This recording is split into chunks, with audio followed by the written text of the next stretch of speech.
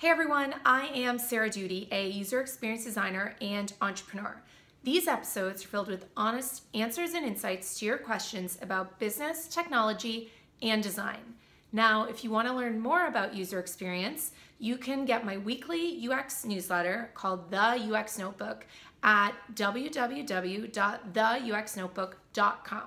But in the meantime, here is another question from one of our readers. So let me just grab it here. Okay, Rodrigo asks, when a client comes to you with a complex UX mandate to be completed in a very short timeline, how do you prioritize the work?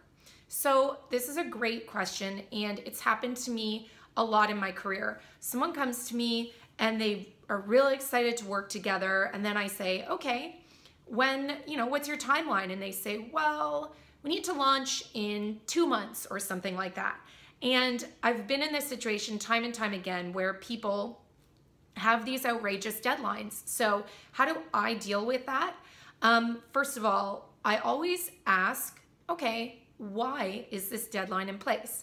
Why is it so important to launch on date X, and figure out what that reason is. And I'm sure many times you will find out that people just pick this date out of thin air.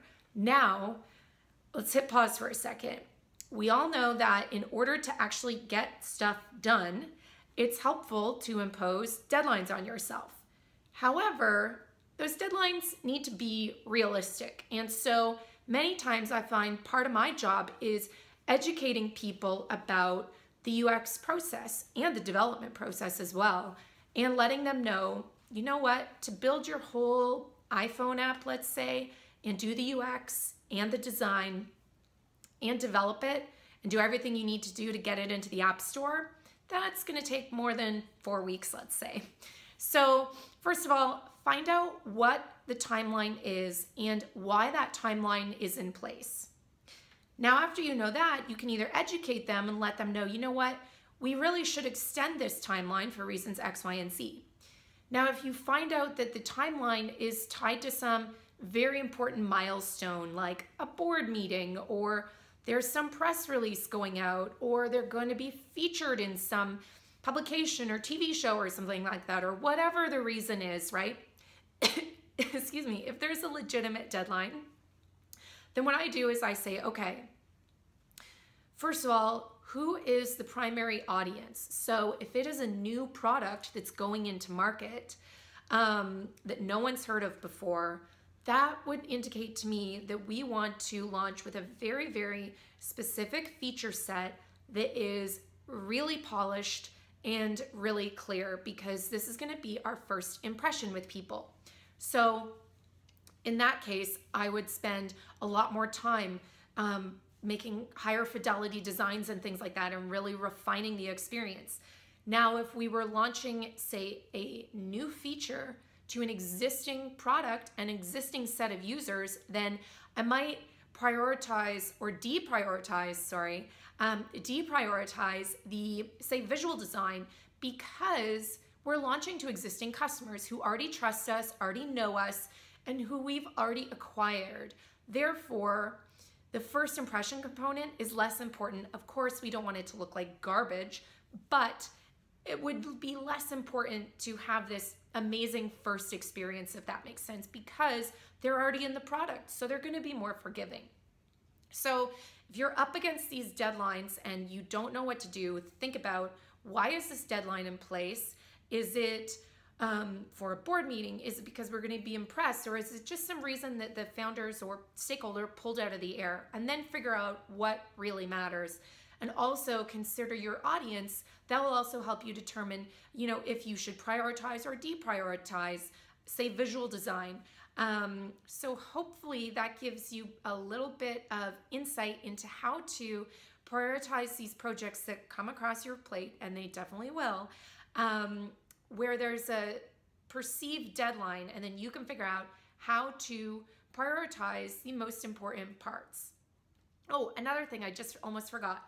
You also want to make sure that if you are running towards a deadline, that you do not start doing what I call feature slashing. I've been in a lot of meetings and on a lot of teams where people decided we have to launch on this date. I even was on this team where they wanted to launch January 1st, 2011, I think. Anyway, at like 1 o'clock in the afternoon. So it would be like 1 in the launch date or announcement. It was kind of crazy. But all that to say,